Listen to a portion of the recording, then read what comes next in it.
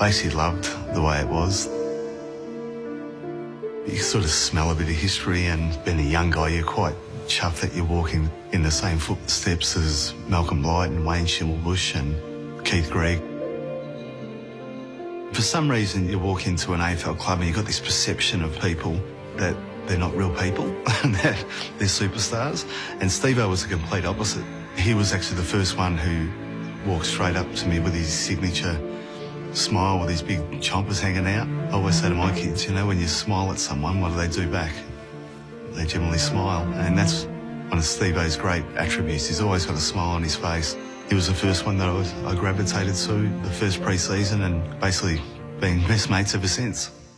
Tallis heads towards Crawford. Stevens! Whoa! What a grab. And off he goes. Really early on, I thought, this bloke's a freak. I've never seen a bloke who can put his head over the ball, basically get it half kicked off and get up with a smile on his face. It was the hardest worker I've ever seen. We talk about that pain barrier and be able to push through it. He used to push through about 10 barriers in a game. He would go home sometimes and put his runners on and run around the block after doing 22 Ks on the field because he wasn't happy with his performance. Black, Crumming, wonderful smother, who else?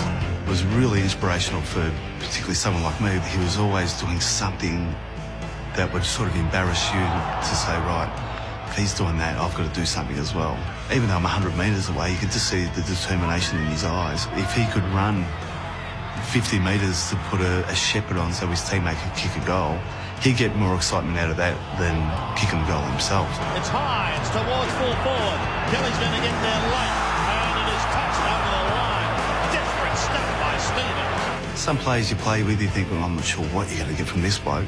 But with Stevo, you knew what you were going to get every week. You knew he was going to stand up when the going got tough. To go over the top, he does to Stevens. Stevens can just about seal it for North Melbourne. If you've got a majority of players with that sort of mindset, you're going to be successful.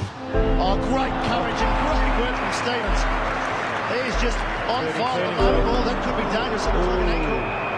I'll tell you right now, it's obviously bad because he is one of the toughest guys playing the game, and if it was just a sprain, I would have thought he'd shake it off.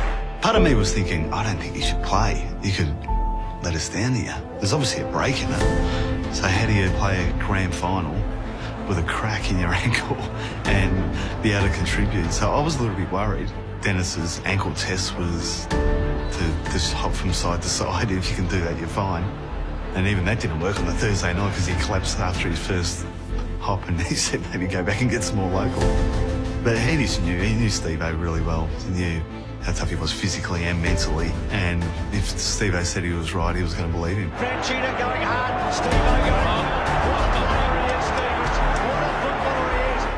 And at quarter time, he's had 10 possessions, and he's probably best on the ground. How he got himself up to play was quite amazing. The Kangas have won a fourth premiership. Well done, Dennis Pagan. You deserve everything you've got today, and so does your club.